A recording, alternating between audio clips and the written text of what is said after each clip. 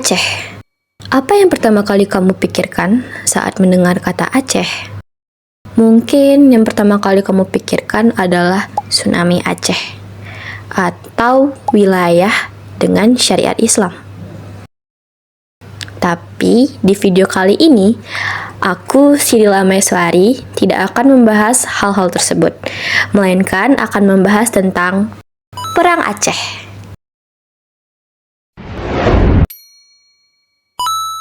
Perang Aceh adalah perang terlama yang dialami Belanda selama di Nusantara. Perang ini dipicu oleh ambisi Belanda untuk memperluas pengaruh kolonialnya di Nusantara, sementara Aceh berusaha mempertahankan kedaulatan dan kemerdekaannya.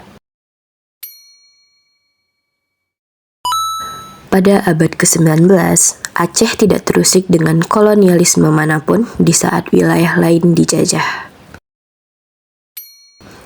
Mengapa? Karena Kesultanan Aceh menjalin perjanjian persahabatan dengan Inggris pada tahun 1819. Tokoh utama dalam perjanjian tersebut adalah Sir Thomas Stamford Raffles. Pada tahun 1816, Inggris menyerahkan Kepulauan Nusantara kepada Belanda.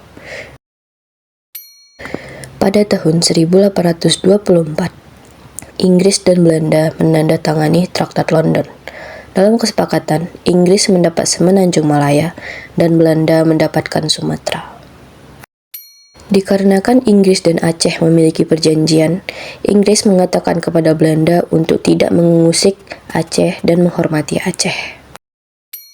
Namun Belanda tetap ingin menguasai Aceh, karena Aceh memiliki wilayah yang strategis untuk perdagangan, serta wilayah yang kaya akan merica.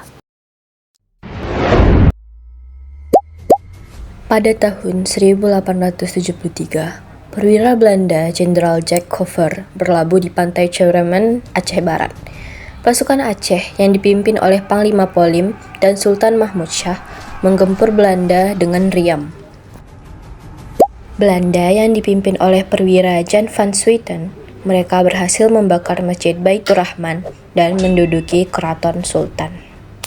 Namun keraton ditemukan kosong karena pejuang Aceh sudah pergi ke hutan untuk melakukan perang gerilya. Pada tahun 1873, Belanda membuat strategi stelsel tapi tidak berhasil hingga membuat rencana baru. Rencana barunya, Belanda mengutus seorang ahli orientalis yang bernama Schock Hugh Grange yang sudah lama belajar Islam bahkan masuk Islam. Ia masuk dan berbaur dengan menyamar di tengah-tengah masyarakat Aceh yang bertujuan untuk memahami kebudayaan dan keseharian masyarakat Aceh.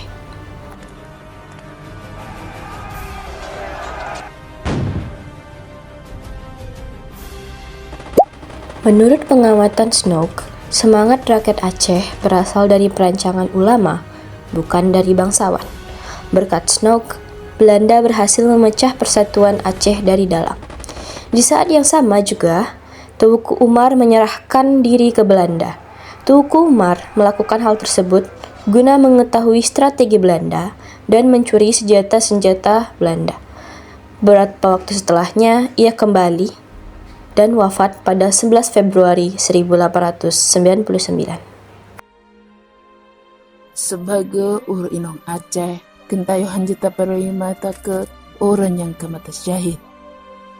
Perjuangan awak yang begentai sambung sampai akhir betaya hidup. Perjuangan ini dilanjutkan oleh istrinya Cut Nyak Dien. Pada tahun 1903, pasukan Aceh melemah karena banyak pahlawan yang sudah menyerah kepada Belanda. Cut Nyak Dien masih melakukan perlawanan dengan kondisi tubuh yang rentan. Para pengikutnya khawatir sampai memutuskan untuk menemui Belanda agar menangkap Cut Nyak Dien, berharap perang segera berakhir. Pada tahun 1905, Cut Nyak Dien ditangkap dan diasingkan ke Sumedang, lalu wafat pada tahun 1908.